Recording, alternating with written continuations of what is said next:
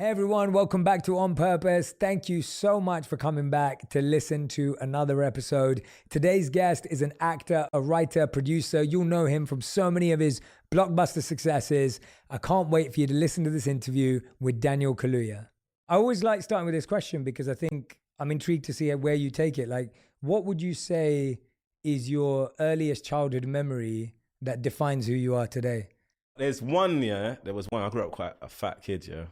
And then we used to go scouts, Cubs and scouts. You go into like, I don't know, some random place in the countryside, go into a camping or something. And then like there's potholes, you know about potholes? Yeah. Where you go in there, boom, boom. It's like I'm running through these potholes, yeah? And then like, I'm doing this pothole, I'm going in. And like everyone starts laughing because I'm fat. So I was like, oh, like Dan's not gonna fit. And I got in there. And then halfway through, it gets narrower and narrower. And I proper didn't, and they looked in, a bunch of kids were like, I must have been 9, 8. They were like, he's filled the whole thing. They're just laughing. And then I was like, all right, cool. I can't really go back. So it's only really, and I'm actually have filled it. So then I was like, all right, cool. And I just found a way to, I was just like, I knew how to like change my body and go, I'm gonna get out. I'm gonna do it. And then I realized they were laughing. And then as I was getting closer to the exit, they just stopped laughing. They stopped laughing. And then by the end, they clapped. And I think after that, I was like, right, yeah.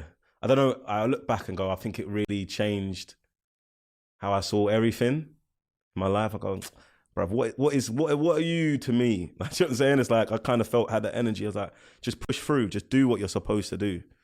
Just do what you're supposed to do and you get to the end. And people that will say things, that will tell you, say you're weird, say you're odd, by the end of it, not like they'll clap.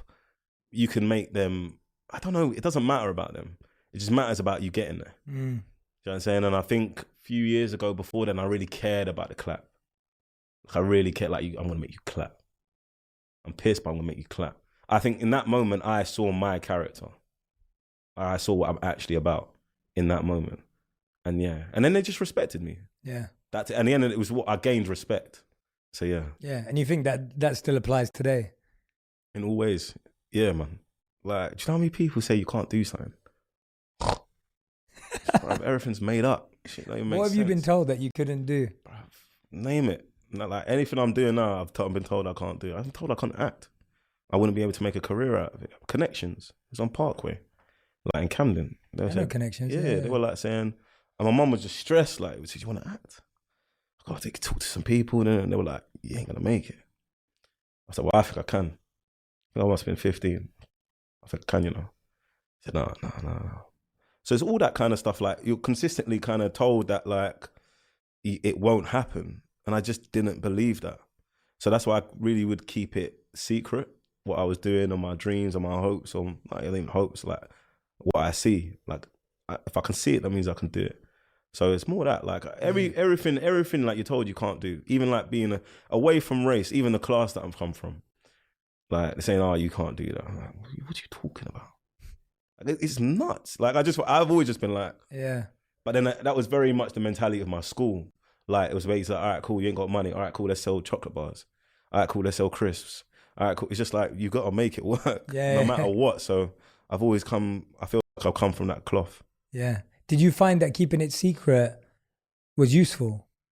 Yeah, because it meant that I was able to fail in private and just grow at my own pace and have it and understand. And basically what it was, I realized in hindsight and acting and writing and all this kind of stuff, I realized I found what it meant to me.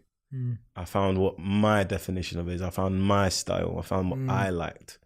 So it was mine. It wasn't like, oh, I got it from here, I got it from there. It was, no, this is what I think. This is how I've got to this. So that's like why I'm happy I did it. Because I felt like, in hindsight, I felt I was a bit too ahead of people that I was around in terms of what I was focused on. Because it's quite odd if I think back. Yeah. I was like, yeah, no, I'm going to do this. Oh. Like, it's like, you mean, it's like no one in my family's doing it. No one's doing it. Yeah. But I just think I can. Do you know what I'm saying? So it's like, so I think it's that, yeah. Yeah. Where did that belief come from at that age, at 15, to go, I can, even though no one's saying it? Like, where did that inspiration come from? Was it from what you were watching? Fresh Prince. Yeah, I was watching like Wayne's Brothers. I was watching like, I don't know, SpongeBob was a bit past my. Simpsons maybe? Simpsons, Ed, Ed and Eddie. Like I was watching like live. Ed, Ed and Eddie. Yeah, I was watching live. Like, do you know what I'm saying? I wasn't really like, I don't know, I just believed. I don't know, I just kind of was like, no, I don't believe you. Yeah. I don't know you. Like back in the day, I was like, say, I don't remember John Major, yeah, Prime Minister. Like, I was they said he told me to do something. I'm like, but I don't know him. How can someone I don't know tell me what to do? Yeah, kind of nuts. If I know someone, like, do you know what I mean? It's like, yeah. So that's why I was like, I just always, I realized, I'm blessed. I have faith, and I think I just have faith. And I realized I read something the other day, and I think the difference between faith and delusion is God. And I'm not saying like, oh God, it's just like, I just have faith. Like I just had faith. I just believed. And I think maybe I saw my family doing amazing things, like not amazing things in the sense that like making something work or going for a holiday, or they just didn't accept. They were like, all right, cool, we've done, like say they wanted to act, all right, cool, you can't afford that, but we can do this. They just pushed on. They didn't let the environment or the boundaries define what they thought was possible in their mind. So I think it was that really bit. Yeah, I love that. I love hearing that your parents were saying yes and. Like it wasn't like no, but it was yes and, right? And yeah, my mom was just like, yo, what, like, how are we gonna do this? She would challenge me, always challenge me. And then I said, oh yeah, this is this. But I realized she was just like trying to test me if I really believed in it. And then again, like I probably needed that.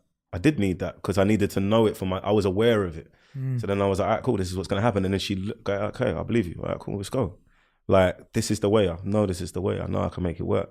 So I think it was just like, I just believed. I don't know where it comes from. I think it's just a gift, innit? I just try and honor it and try and do good with it. I don't try and like intellectualize it. Yeah. Do you know what I'm saying? Yeah, I get that, man. I get that. That makes sense. And obviously, like I was watching your Hot Ones, which I loved. Yeah. And on there, you talked about how like you wrote your first piece when you were 9 years old.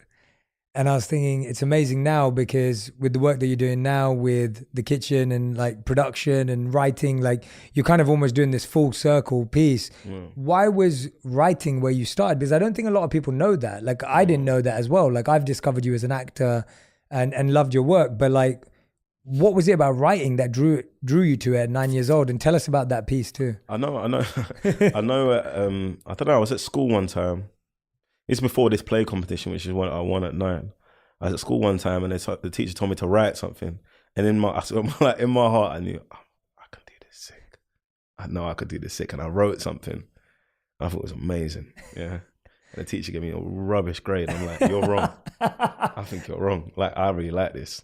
And then like that competition, it was just basically like, it was a playwriting course. They come to your school in Camden.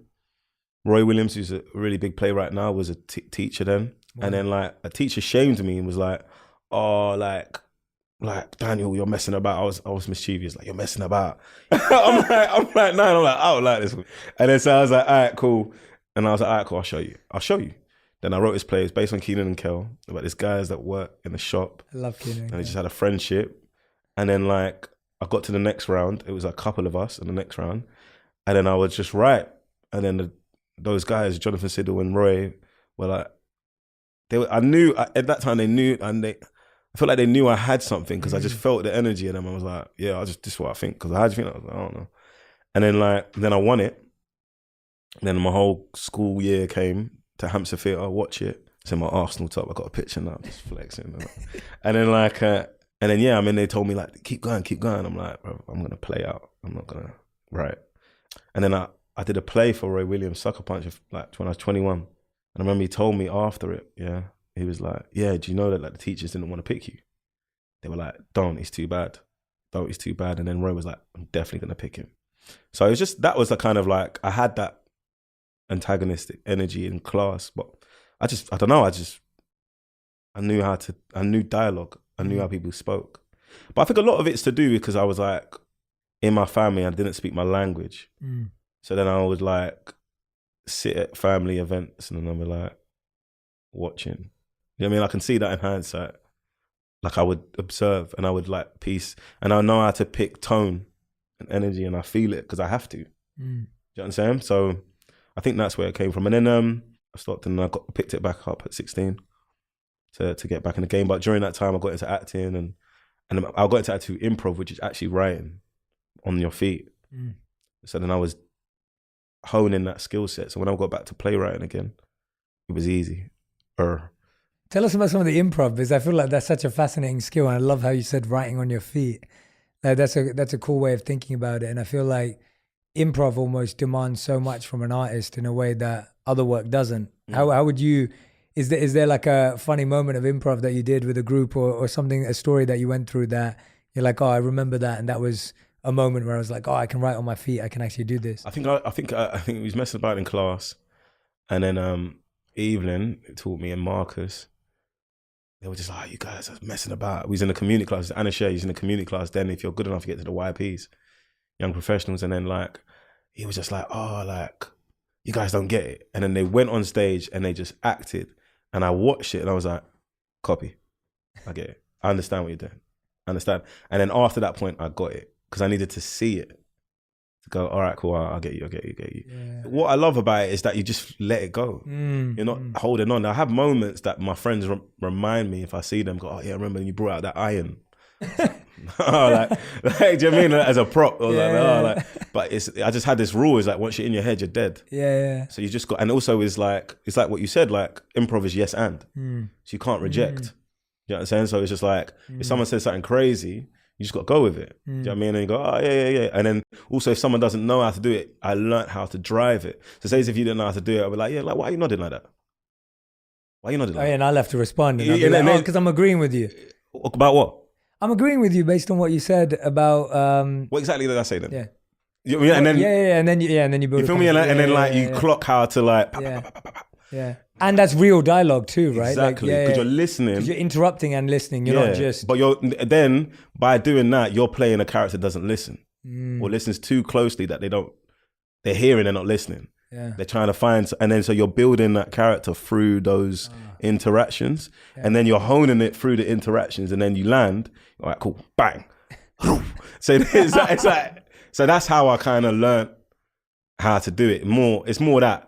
Yeah, it's hard to like describe like that. Yeah. I don't know why I'm going down this road, but you mentioned it and I'm listening. So I was like, you said you're an Arsenal fan. Yeah, go on. I'm a United fan. You've been an Arsenal fan for forever. What's been your favourite team at Arsenal over the years? Oh man, I'd have to say like my favourite was Adams, right? Yeah. Keown, Winterburn, Overmars, Winterburn. That was crazy. Hala. Let's look at 98. Like, come on, man. That was like, but that's when I fell in love. You know what I'm saying? I was like, these are my guys. Like, everyone was just firing. So I don't know. And also it's my local team, innit? So then it was just like, say as if we won a cup, the area was happy. Yeah. I mean, it's not like that's what it came from. It's like, say there was a time when we didn't win a cup for 9 years, and then we did FA Cup, and I watched it at Holloway and all that kind of stuff. And the next day, it was all Arsenal fans outside the windows. People like, in their dusty vans, the writing stuff on their dusty vans. It was just, everyone was happy. Yeah. Even if you weren't an Arsenal fan, you were just, the area was happy. Yeah. So it was a close connection. And then, I don't know, it was cool the fact that I could go to games. Like obviously the Carling Cup games, because all the other games were hard to get. I went to Martin Keown testimonial actually. But like, it was like, I don't know, you just felt like a community. Like when they scored Highbury, the upper tier would just rock. Yeah. And you think it would break. So there's a bit of danger, you know what I'm saying? It was just like, and then it was like my mom's friend used to give me tickets when she went away. So then I watched like wicked games or rubbish games, but I was part of it from like young. You know what I mean? You could get a ticket even if you couldn't afford it. You know what I mean? So I just fell in love with it during that age, And you had a lot of happy days, but I think you had a lot of unhappy days as well. Stress, bro. Yeah. I don't want to put people out there because it's a public forum, but it was stress. But like, I see like I'm a very child of Wenger. Like I can see I'm very stubborn. Like a lot of how Arsenal is in me. I feel like, cause it's bigger than just football. Like they have a philosophy. Do you know what I mean? They have a style. That era had a style. They had a style. And I just respected it. Do you know what I'm saying? And I think it's going to a school in Islington, and the Islington team is the one. And then you're like literally looking at the Sun in the paper the next day in school, and then it's the Invincibles. And they're talking about your local team. I think it makes you think like, no, we're the guys. At such a formative age, you know what I mean? So I think it's a bit of that. Well, that's where I struggled because, so I always say this, that every Indian person that moved to England in like the 70s and 80s, i.e. my dad, they only support Manchester United or Liverpool because those were the big clubs at the time. Those are the clubs winning and everything. And so I support United because of that. I never lived in Manchester. And so I never had a happy day in the town because I used to almost have to like shy away from saying I was a United fan because I lived right in between Highbury and Spurs. So that's where I grew up in Wood Green, right in between. And so I never got to go out and celebrate in the town because I didn't live in Manchester. And so I always like grew up in fear of like, I can't tell anyone what I follow and like what I do. And why isn't there a lot of Indian players in football? I've always wanted to ask. That's a great question, and I think it's because a lot of parents don't, if an Indian kid told their parent they wanted to be a football player, I mean, I just got to look at these two and go, what do you think? What do you think the parents would have said? What do you think the parents would have said? Yeah, definitely not. No matter how good they were. I was telling Russell B, one of our mates, I'm calling him out here. His kid's like supposedly quite decent at football. And I told him yesterday, I was like, mate, you got to let this kid chase football, like chase the dream. And I don't know if, as a culture, I think our parents worked so hard and they wanted us to have safety. And so they didn't want the kids to do anything that felt unsafe. So acting would also be a no-go. You don't see that many South Asian people in acting. I mean, it's growing now for sure, especially the London scene. But acting, media, anything that was uncertain or unsafe, Indian parents generally were like, no. They didn't want us to be a part of it because they just wanted us to not have the struggle they did. And so they wanted us to feel safety, security. And so if you can get a good job, right? That makes sense? If you could get a good job that paid the bills, took care of you, they were happy. They just wanted you to be safe. That's interesting. I'm interested in like how cultural values dictate what the paths are, because the demographic, there should be lots of it. Like if you look at it as demographically, do you know what I'm saying? I'll be honest, managing money has always been something I've had to stay mindful about. It feels like everywhere you turn, someone's trying to make you spend. That's where Acorns comes in. Acorns is a financial wellness app that makes it easy to start saving and investing for your future. You don't need to be an expert. Acorns will recommend a diversified portfolio that matches you and your money goals. You don't need to be rich. Acorns lets you get started with the spare money you've got right now, even if all you've got is spare change.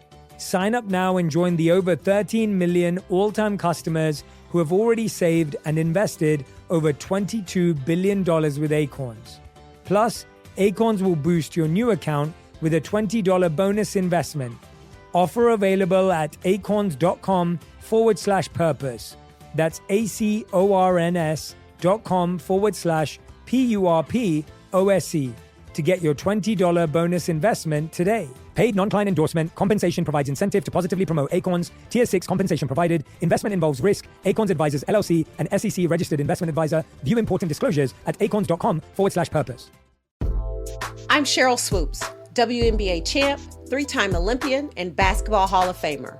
I'm a mom and I'm a woman. I'm Tarika Foster Brasby, journalist, sports reporter, basketball analyst, a wife, and I'm also a woman. And on our new podcast, we're talking about the real obstacles women face day to day. See, athlete or not, we all know it takes a lot as women to be at the top of our game. We want to share those stories about balancing work and relationships, motherhood, career shifts. Just all the shit we go through. Because no matter who you are, there are levels to what we experience as women. And T and I, well, we have no problem going there. Listen to Levels to This with Cheryl Swoops and Tarika Foster Brasby, an iHeart Women's Sports production in partnership with Deep Blue Sports and Entertainment. You can find us on the iHeartRadio app, Apple Podcasts, or wherever you get your podcasts. Hey y'all, Nimini here. I'm the host of a brand new history podcast for kids and families called Historical Records. Executive produced by Questlove, The Story Pirates, and John Glickman, Historical Records brings history to life through hip-hop. Smash, slam, another one gone. Bash, bam, another one gone. The crack of the bat and another one gone. The tip of the cap, there's another one gone. Each episode is about a different inspiring figure from history, like this one about Claudette Colvin, a 15-year-old girl in Alabama who refused to give up her seat on the city bus 9 whole months before Rosa Parks did the same thing. Check it. And if you get with me, did you know, I wouldn't give up my seat. 9 months before Rosa, it was Claudette Colvin. Get the kids in your life excited about history by tuning in to Historical Records. Because in order to make history, you have to make some noise. Listen to Historical Records on the iHeartRadio app, Apple Podcasts, or wherever you get your podcasts.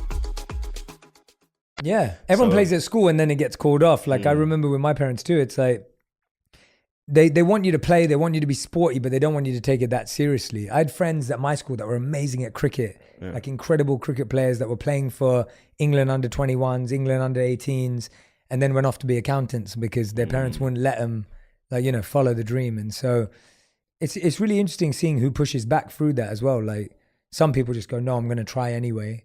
And some people fold and let it go. But I'm hoping it changes. Yeah. I'm hoping it changes. It'd be great too. Yeah. What were some cultural things that you think held you back? I mean, you've talked a bit about the racism you experienced. You know, for me, when I was hearing about that, I thought that doesn't sound easy when you add it to the other bullying and shaming you were talking about earlier. Like, what was it like navigating that? What specifically? Well, you talked about from what I've heard, what you've talked about is like, it took you a long time to realize that you felt darker than the people that you were around. Yeah. And so there was this and you felt that they made you feel bad for that. When I got into secondary, and that was more predominantly black school, it's when I realized that I was darker than the average black person that I grew up around or I was around. And then they would tell me. It was a kind of culture shock, but then I was darker than a lot of people in my family. So then it was that made me feel a bit different. And so then I was just like, oh yeah, I don't really know what's going on. But then obviously like at that age, you're going through racism, but you're in a predominantly black space. So you're going through colorism. And then like you go out of it and then, I mean like got good grades and start going to a different school, like a more middle class, upper class school. Then you see racism. But you see people do things, you're like, what's that? That's weird. What's weird? You haven't really felt like you've got the right to go, oh, that's that. You know what I'm saying? And you ain't got no one to talk to that understands what's happening. Then it just started getting a bit more. The more like kind of more into the workforce, the more that you would face it. Yeah. And the more asleep people are to it. And you go call it out. What I used to say is that like, because one time like I was not getting roles because of acting and that, and then I was like, oh yeah, I was making all these excuses. And then my agent at the time, who was Irish, and he was like, yeah, well, Daniel, it's because you're black. I said, what do you mean? He said, it's because you're black. He said, it doesn't happen to anyone else. You should be good. It doesn't matter. You should be black. And I was like allowed to kind of like accept it. And then I would tell people it was racism and they kind of wouldn't believe me. Then when I said, oh, my Irish agent said it, they're like, oh, is it? So I realized when you're black, you feel, you don't have the disease, but you feel the symptoms, but you're not allowed to diagnose it. It has to be someone outside of yourself that says that's what's happening, and that means it's more valid. Do you know what I'm saying? Usually the people that it's come from, because you're seen as too biased because you have the symptoms. So that's what I realized about it. Like you're just going through it, you're like, oh, right, that's kind of nuts. I can't really even say it. And that's what I subconsciously going, oh, yeah, if I say it, you go, oh, he's got a chip on his shoulder. That's what it is. You got a chip on your shoulder, bro. Man, ain't no chips on my shoulder, bro. Like, do you know what I mean? It's nuts. Like, it's nuts what people say, and it's like, it's common, and people are like, and so I think that's what it is. You're like just navigating all of those things. Like, so it took me a long time to figure it out. Yeah, well, I'm still figuring it out. Yeah, I feel like that's something that you don't ever figure out, because it's like, I love how you described that. Never heard it described like that, but the idea of how, because you have the symptoms, you can't be the one to diagnose it, but you can't be the one to express it, which feels so difficult, because it's almost like, this is my reality, but you need someone else to validate your reality. 100%. And that is a really interesting prison to live in. All right, cool. So, Jay, like, what do you love in life? What do I love? Like away from like the family. Like what do you love? Football. Imagine if I come out and they go, all right, Jay, why do people don't like football? Yeah, and I'd be like, yeah, I don't know. So when people go, why do people don't like black people? Why would I know? Yeah, you don't know, yeah. So then that's what I'm saying. It's like, there's something, it's gaslighting. Yeah. At the same, because it's like, how am I supposed to, but then when I initiate it and say this has happened, I'm not believed. But then I'm supposed to report about it when it's happening to me from there to justify what they're doing. It's a whole, like, it doesn't really make sense what's happening. Yeah. If I go, this was happening, no, that's not true. And then they'll have a whole lawyer or someone like a professor that has a whole dossier. And then now if he says it, because he wrote 80 pages of waffle, they believe him. Yeah. But I told you. You're just saying that his word is worth more than mine. Yeah. And that is racism. I'll say this, it's just not worth anything to you. And I had to really learn that my word is worth something to me. To me. And so then like I just move like that. So I just don't really like kind of engage with the narratives because it's just people just making up things that protect what they like about it. Because things are kept because they like something about it. Because they didn't, they'll get rid of it. They'll change the culture. You've seen how they change other things. Yeah. You change the culture. Yeah, There's something that it protects, I feel. Yeah, I find when I'm talking to you, I find that you've kind of really worked on like making peace with how you feel about yourself and how you feel about your views and how you feel about your art. Like there seems to be this autonomy and independence in saying, as you were saying earlier, even when you were given a bad grade, you were like, no, but I know this is good. And even what you were saying before, where you were like, it gave you space to fail in private because you were like, no, I know that I'm working on myself. So it feels like you've really worked on having this internal peace. How hard is that as your career kind of does the opposite, right? So it's like you're getting more and more focused on giving yourself peace, which is an amazing skill. Like I'm loving to see it on display, and I know everyone's going to appreciate seeing it. And at the same time, it's like you're doing bigger and bigger things. So you're more and more exposed to other people's opinions. How have you managed to, or how are you managing to continue to kind of hold on to that core of that 9-year-old and that 15-year-old? I mean, like, I think I always just have it. Like, it's just mine. Yeah. So it's not something, but I think it's like, what happens is how I've done things that causes a ruckus or chaos in my sphere. And so like, you just got to accept that you're a bit chaotic. You know what I mean? It's like, Yeah. There's something, that doesn't mean that's you. Yeah. But there's something there that you have to look at. If it's nuts like that, you have to look, okay, cool, like, where is that? Like, cool, what's that? And then you get closer to being cool with it, or then it will quiet down. But there's something that I'm not looking at. If it goes a bit mad, or you care too much what people think, do you know what I'm saying? It's like, you have to accept that. Just go, all right, cool, why is that? What's happening there? I feel like, but yeah, no, it's been, in the last few years, it's been wild. But like, it's been like, I've done it in a very quiet way. But it's been wild in the sense like what happens and stuff like that. But that's what happens. That like the narratives that I've been a part of are powerful, and like and the decisions I've made to like stand on things that I believe in, or even basically I like a lot of I know what I like, and I like what I like. If people don't like it, I'm like, you're entitled. Well, I would want to, if I care, I would want to know why you don't like it.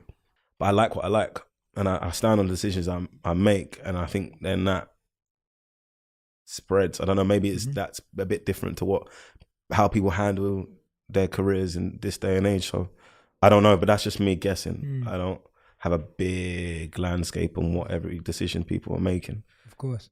Yeah. What does it feel like to see some of those like 9-year-old, 15-year-old dreams come true? Like, what does that feel like in reality? Like, what does that actually look like? Calm, normal. I knew it. I know it. Like, minute I get the idea, I'm like, all right, cool, there, boom. That's when I get excited. All right, we on. Now let's work to it. So when you're working to it, when you get there, it costs so much, it costs so much. If you want something that like you really want, the price is so high that you're just a bit like, all right, cool. You're not seeing it as for the sheen that you saw in the perspective at 15, at 9. You're seeing it, all right, that cost me this, that cost me that. I had to wake up 4 a.m. here, I had to do this, that there, I had to grind here, I had to do this night shoot, I had to do this, you're seeing the cost it takes. You're feeling the cost it takes. So when you land and arrive, all right, cool, there was turbulence. Oh, you got here. I did. You just did. Do you know what I'm saying? And then, but the excitement comes from like feeling like you can do it before you see all of it. If that makes sense. Like the full kind of picture. Because you're only seeing the good, that's why you go there. But then everything's balanced. That's all it is. It's not like it's bad. It's just like, it's everything. Yeah. Yeah, I love that statement you just said. Like, you only see the good, that's why you go there. And then when you go there, you see all of it. But you realize that all of it was part of getting you there. It was never possible to get there without everything else. Like, it was never... And part of it, you're only seeing the good because that like entices you. It's like what people say about sex, like how sex is like a way for your genes to keep going. Like it's a way, it's like the body has created this organism to keep going. So then you have this pleasure out of it. So it's like it's kind of like, oh, you got, oh yeah. And then when you go in there, I'm not saying sex is bad, like it's great. but like you go to full of it, you go and see the fullness of it.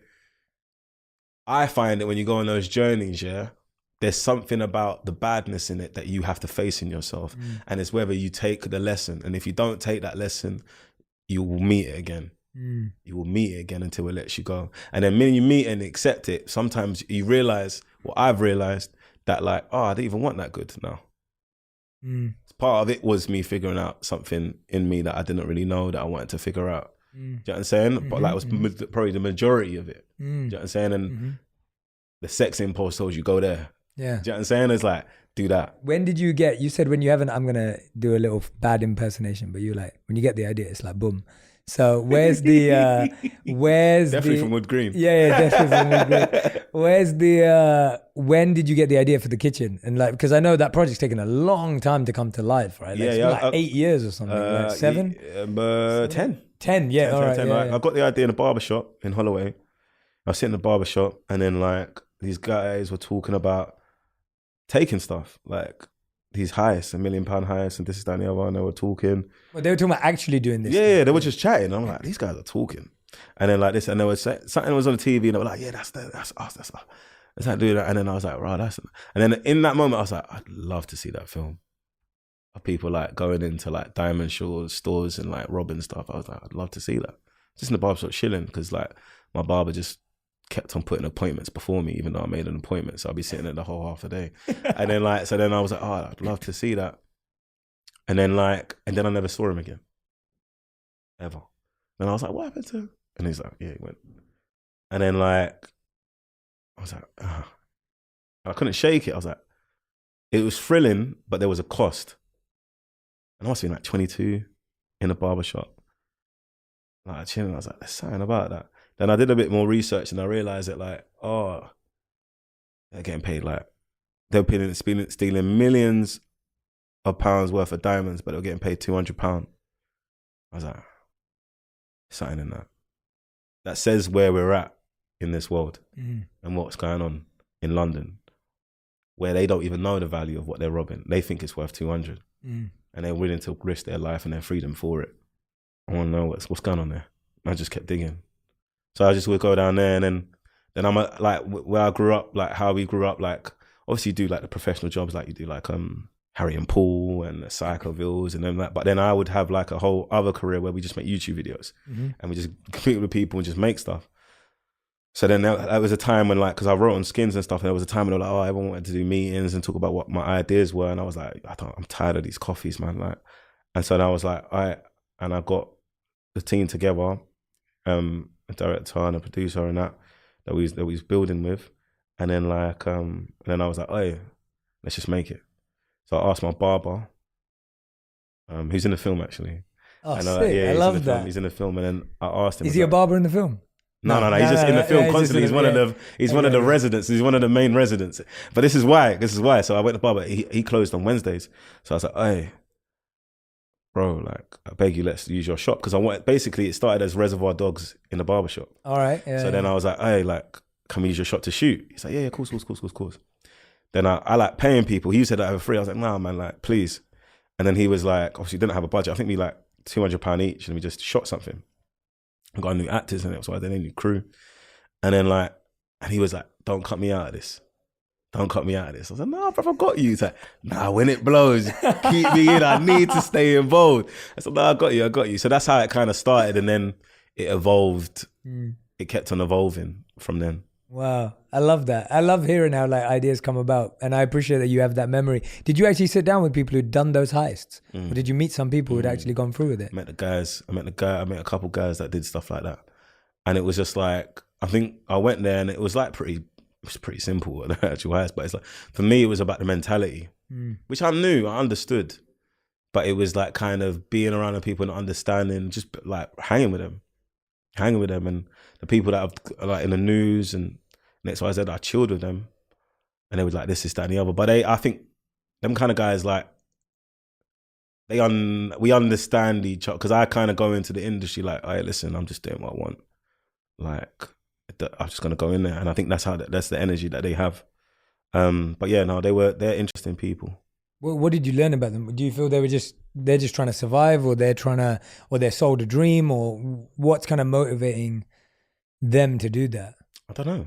I think they just do it because like it's part of the operation. It's what they do. It's what they know. It's their reality. That's what they know. Yeah. That's how they've chose to survive. Whether they've been the older brother or been the only boy in the family, or whatever the reason is that they've gone down that path, they did it, and they have a level of intelligence. That means they've been able to organize an operation and like talk to people and communicate and this and that, and they're like, but they're just doing that in this realm. You know what I'm saying? It's like, I found how they think more interesting than what they do. And that's what I wanted to explore in this, is like exposing the thought and the principles behind how they live and what their values are, and why and how it's connected to, and if people are really true to it. So basically, like someone like Staples in the film, he doesn't do anything criminal per se, yeah.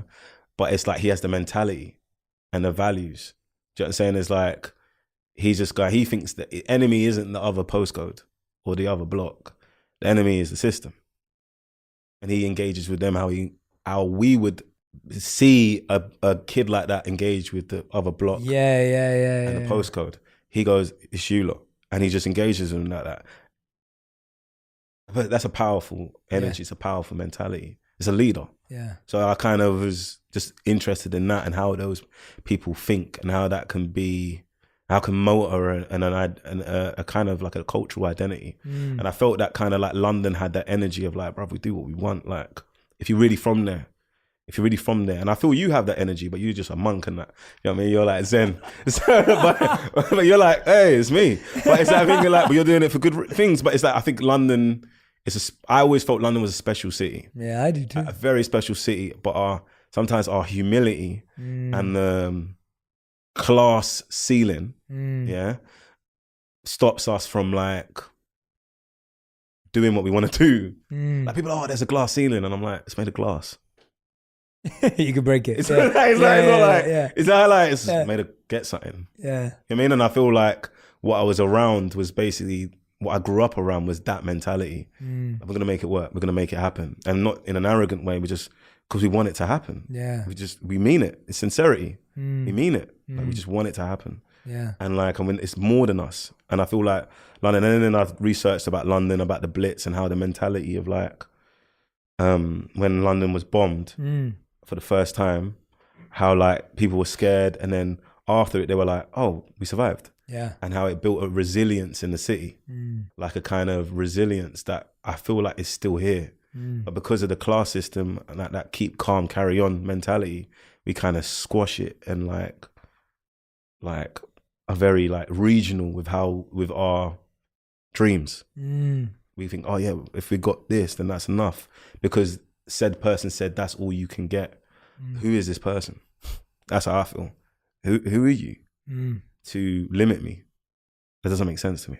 Yeah. Do you think people are scared to dream, or is it scared to, or they're accepting a limit, or what? How would you articulate one of the big moments I had, one of the big breakthroughs I feel in the script was like, I randomly like, so like I did Black Mirror, I was like 22. 4 years later, like it blew in America, yeah. Yeah, so huge. Then, It's still, I mean, it's not. It went nuts in America. Netflix wasn't a thing. So I did this TV show, and then I did a thing that crossed over in America. So I was in New York, and then like and It was years after I did it. It was Mayweather-Pacquiao fight around then. So I had a photo shoot. So I stayed at a photo shoot, and then I was like, oh, I've got to watch the fight here. So I stayed in this flat in Bed-Stuy, and I was chilling. And then I was in New York. Like, I was in New York. I went to the church, went to the brunch. I was going everywhere. I was rolling, went to the parties, went to everywhere. And then I was walking around, and there's a massive poster of Biggie in Brooklyn. And I looked at it, I was like, they really love themselves. This is someone that's come from there, and they've pushed that. I don't think we wouldn't see our heroes of now on that pedestal, on that platform. We wouldn't see them as who they are majority of the time. It's like, I came back home, and I used to like go Cali Pool. But I used to run from my place to go Cali Pool. I used to get a lot of things from my jogs. So I'd run there, it's a 10-minute jog, and I would look around, I'm like, the same demographic as New York, literally same demographic. What's the difference? Why does New York feel like New York, and then London feels? And I was just running around, I was like, these guys don't believe in themselves. I'm gonna believe myself. And I think my career shifted, but also I think I just feel I want that for London. Yeah, I want that. We're global. We're playing world-class rent. I want world-class results from this city. Do you know what I'm saying? So like, but for whatever reason, we're just like going, no. It's like, I don't believe in that. I don't believe in that. And I feel like New Yorkers just decide, we're this. And I think if Londoners decide we're this, I think everything will flourish. And I think a lot of it came from that. If we're being honest about who we are, as opposed to kind of hiding and kind of suppressing and kind of this keep calm, carry on sheen that we're pretending to be, where we're actually, as a culture, very quite cocky or sure about who we are, what we stand for. Even the fact that like when you grow up in London, like you really still stay hanging out with your friends that you grew up with. Yeah. Do you know what I'm saying? It's like because that's what it is. You know what I mean? And that's it's a level of conviction and values that I feel we're not honest about publicly. And I wanted more for London. Hey friends, I'm Jessica Capshaw. And this is Camilla Luddington. And we have a new podcast, Call It What It Is. You may know us from Graceland Memorial, but did you know that we are actually besties in real life? And as all besties do, we navigate the highs and lows of life together. And what does that look like? 1,000 pep talks, 1 million I've got yous, some very urgent I'm coming overs. Because, I don't know, let's face it, life can get even crazier than a season finale of Grey's Anatomy. And now here we are, opening up the friendship circle to you. Someone's cheating? We've got you on that. In-laws are in line? Let's get into it. Toxic friendship? Air it out. We're on your side to help you with your concerns. Talk about ours, and every once in a while, bring on an awesome guest to get their take on the things that you bring us. While we may be unlicensed to advise, we're going to do it anyway. Listen to Call It What It Is on the iHeartRadio app, Apple Podcasts, or wherever you get your podcasts. In a galaxy far, far away. No, babe, that's taken. We're in our own world, remember? Right. In our own world, we're 2 space cadets. And totally normal humans. Sure, totally normal humans. Embark on a journey across the stars, discovering the wonders of the universe, 1 episode at a time. We'll talk about life, love, laughter, and why you should never argue with your co-pilot. Especially when she's always right. Right. And if we hit turbulence, just blame it on Mercury retrograde. Or Emily's questionable space piloting skills. Hey, join us on In Our Own World for cosmic conversations, stellar laughs, and super corny dad jokes. Listen to In Our Own World as a part of the My Cultura podcast network, available on the iHeartRadio app, Apple Podcasts, or wherever you get your podcasts. And don't worry, we promise to avoid any black holes. Most of the time. What's up, y'all? This is Questlove, and at QLS I get to hang out with my friends, Sugar Steve, Laia, Fontigolo, Unpaid Bill, and we, at Questlove Supreme like to nerd out and do deep dives with musicians and actors and politicians and journalists. We give you the stories behind all your favorite artists and creatives that you have never heard. I'm talking about stories behind their life journeys and their works of art. I love QLS because of the QLS Team Supreme. They're like a second family to me. If you're a fan of deep diving into music, everything, almanacking your musical history and learning things about hip-hop artists and things you never thought, then you're a lot like me. But you're also a fan of Questlove Supreme. One of the things I love the most about this show is that we get to learn from the masters. I look at being on this show as my graduate program in music. Listen to Questlove Supreme on the iHeartRadio app, Apple Podcasts, or wherever you get your podcasts. Suprema! Yeah, I love that, man. I relate to so much of that as someone who considers myself through and through London, born, raised, university, school, everything. All my best friends are here, you know, and obviously I don't live here anymore, but when I'm back, it's like, to me, yeah, London raised me, and you have that kind of affinity to this city in such a special way. But yeah, I feel similar to you, that I feel often people think if you dream bigger, or you think beyond, or you are pursuing the limitless, it's almost seen as less than. It's seen as like, no, don't try that. Like it's not worth it. It's not worth it. Or when we feel we have to present ourselves to others, we're like, no, you shouldn't even have to do that. It should just happen. And it's like, well, no, sometimes it takes a bit of work and convincing and pushing the boundaries, as you're saying as well.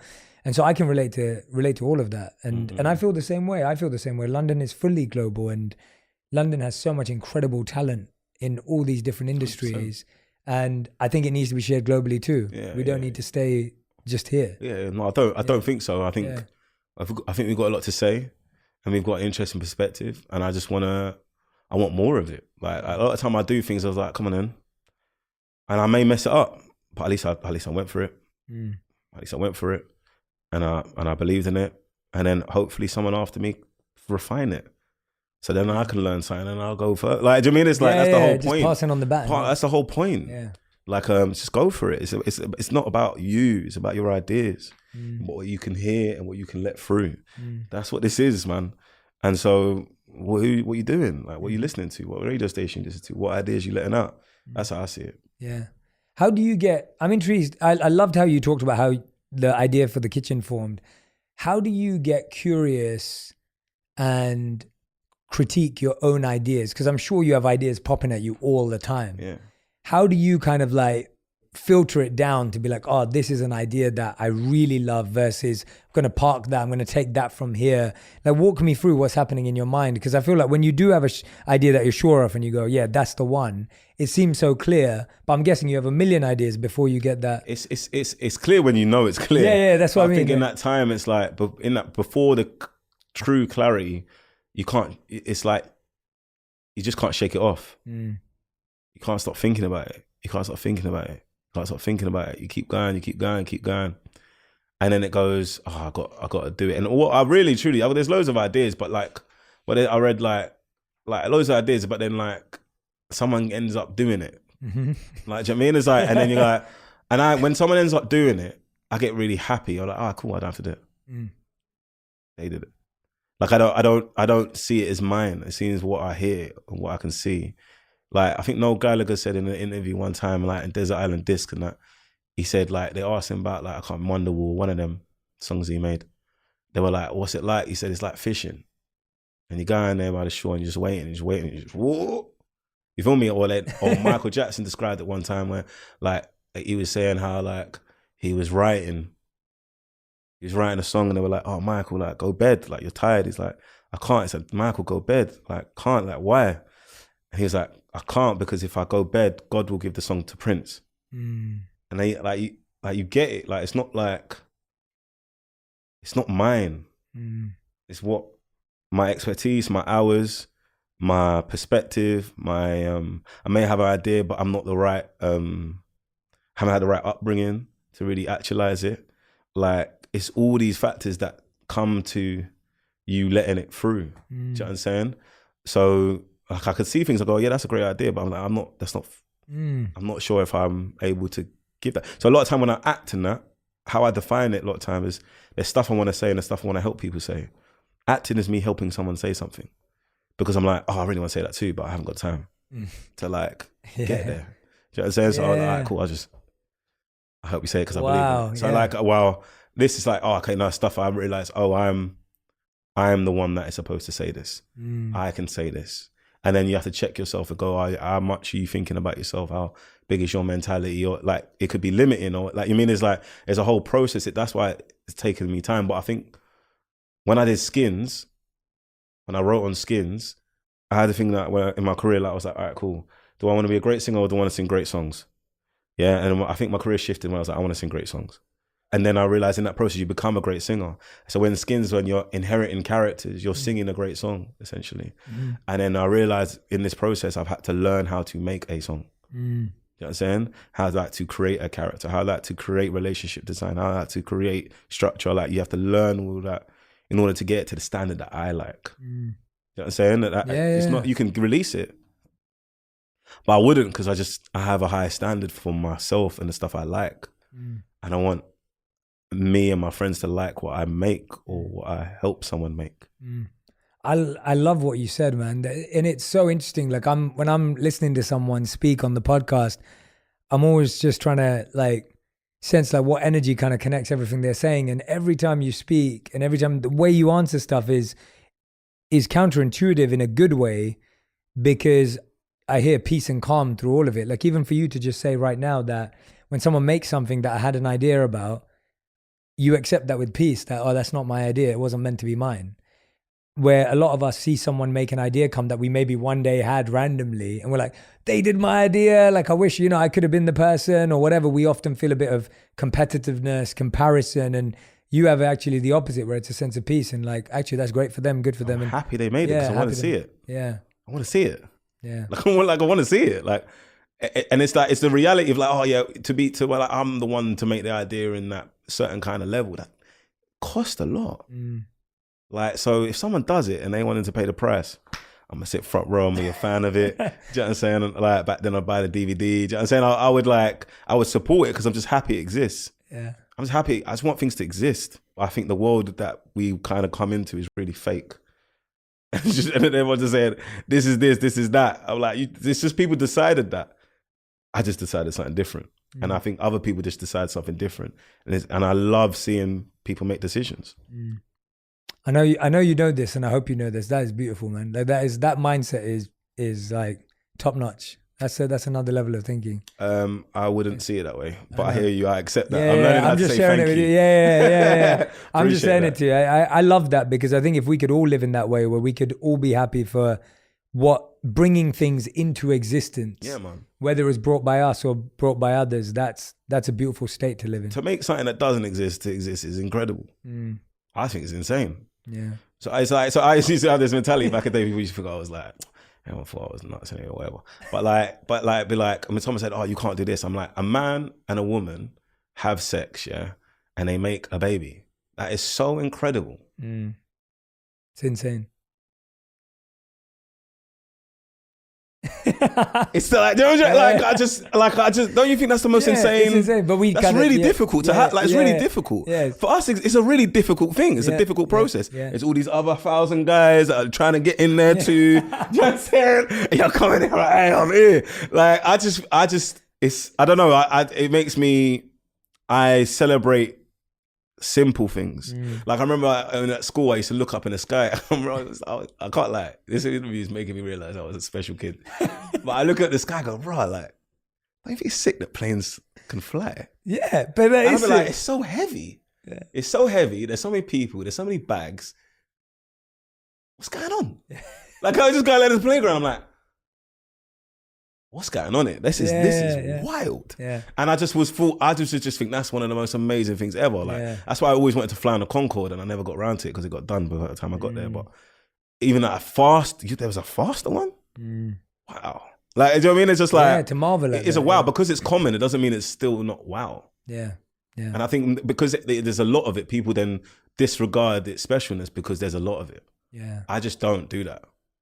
Yeah. We've lost that experience of awe and fascination when you have things that surprise you, because everything around you is making the most difficult things look easy. Yeah. Like AI, VR, like, I mean, today, you could go on and on. Like, everything's becoming so accessible. Yeah, and the editor of this kitchen, we call it Island.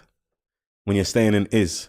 Yeah. This is what it is. Like, and then like, so when you're in Island, that is amazing, because a big metal box that has 300 people with like 800 kilos of luggage going from San Francisco to London is incredible. That is amazing. And I just I always go, oh, where am I? I'm in Islam. Am I there? Am I there? Because then you're in just perception land or whatever you think it is or whatever your past pain or whatever all this crap. Not crap, is valid. But like, you should stay in that. Yeah. It's powerful. With your mindset and the amount of calm and peace there is in your life internally, you're thinking like a monk, honestly. Oh, you like, said it? I yeah. swear. Yeah, because Gassing it's me up. the mindset piece, man. It's the mindset. I'm not gassing you up. It's the mindset piece. Like, you know, when I asked you, every question I've asked you, the things that have come out of your mind, your mouth are peace and calm. And it's come naturally. It's not like you're trying to be Zen. Like, it's just coming out because that's where you're trying to live. And so that's what it means. Like, in the modern day where, you know, we're not trying to live a particular monk life in that sense externally, but there's a sense of peace within, there's a sense of calm within. And I love seeing it in other people. I always say, one of the other people I saw it in during an interview was Kobe Bryant. Like when I sat with him and I interviewed him, he had so much gravitas and so much calm and zen around him. And he wasn't spewing like verses or trying to sound, you know, spiritual. He wasn't doing that, same way as you're not doing that. But it was a natural part of that, about their presence. Yeah, I appreciate it. So I respect it. I love seeing it in other people. Thank you so much. I appreciate it. Yeah, I mean that.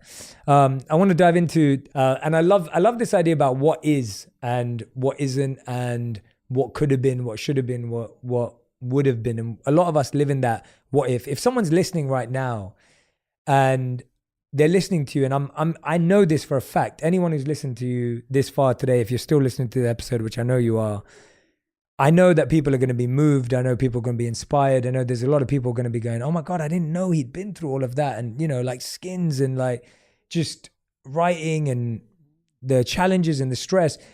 What would you like people to know about you that maybe you think they don't know or understand about you that maybe you've never really been able to talk about or share or express? I don't know, because I struggle with like my perception. Like I don't really, because a lot of the fame, it's not like I chose to be this famous. It kind of came as a product of the work, and it was a surprise product. Like I did a film, and then a year later I was at the Oscars. I mean, so it was like, whoa. I'm not really, I think I get the vibe where I'm like, people don't get me in America anyway. And then in England, I think people do get me, but they still, because they get me, they don't understand how I've done it. I'm not really, I'll keep it real. I've learned how to not be as invested in how people perceive me, but I just not invested in it, because then you're consistently there, innit? Like I curate it, like I've been there. It's like I'm not sitting there like mine's holier than thou. Like I've been there, I've been in it, trying to look a certain way. You know what I mean? Like I was just like, what? Was I happy? No. So like, don't know. But if from you, if you want to go ask questions and that, I'll be open to, and I'll be able to elaborate. I would love to. Do you know what I'm saying? But for me, I don't go like, because if I've really engaged with people's mentality, I could not get to where I've got to. Yeah. I could not get to where I've got to. So that's what, a lot of that is in that. Yeah. Of like kind of being so like, that's what I think. Do you know what I'm saying? But I'm open. No. Time as well. Do you know what I'm saying? No. I get what you're saying, and I don't. You know, I think that it's tricky, because you're right that you can either get so lost in cultivating and crafting and curating how you're perceived, and then still people won't perceive you that way, even if you do all of that. Yeah. Or you can kind of let it go and it kind of flows in its own direction, and then you've made peace with that, which I think is probably the healthier option, because at least you can live and breathe. I'll give you an example, right? Yeah. So I remember like I didn't really, like I came in this game, like I didn't watch films. I watched like Batman and Robin. So I'm just living life. Do you know what I'm saying? I'm a kid. You're talking about Val Kilmer. Yeah, we're talking George Clooney. Yeah, do you know what I'm saying? Like, George we're talking like Clooney, that. right. Like, just I'm watching life, like films that come out. You know what I mean? So when I got into the industry, I was like talking about this art house film, this, that, and the other. And I remember HMV had this deal where you can like buy £1, £2 films. So I just buy loads of films, and I would just watch all the people that people spoke about, like the legends, like Meryl Streep, Daniel Day-Lewis, like Shane Meadows, Paddy Considine, like all these people that people were like around that time, around '07 that people just obsessed about. But I watch things and then I would go, oh, like, all right, cool. I watch your acting performance. All right, okay, you're clearly really good at what you do. But so what? Like, what for? You know what I mean? Mm-hmm. And I realized I cared more about that than how great you were at something that was aimless or purposeless. Then I realized great didn't mean anything. Being really great at your job, being really good didn't mean it. It had no emotion to it. So that some person is really great. Then I'd watched all those films and I went for that. And then what happens when you go for that is a bit of a prison, because then you watch your work back and you're just critiquing yourself. You're not enjoying it. You're just critiquing in your head. Then I had to go, I can't keep doing this. I can't, every time I do a job, just kind of, because I always used to be that improv, like, think about the whole week. I'll do it improv and the whole week I should have done this, I should have done that, I should have done this. All right, next week I'm going to go this. I messed up. and I was like, this isn't enjoyable. And then I got to a place where I was like, oh, don't try and be good, try and be honest. Like, what they say, truth is what happened, honesty is how you feel about what happened. So that's how I felt. Like, I was just like, like, this is what I feel like. And the minute I go for something that's honest, I'll do a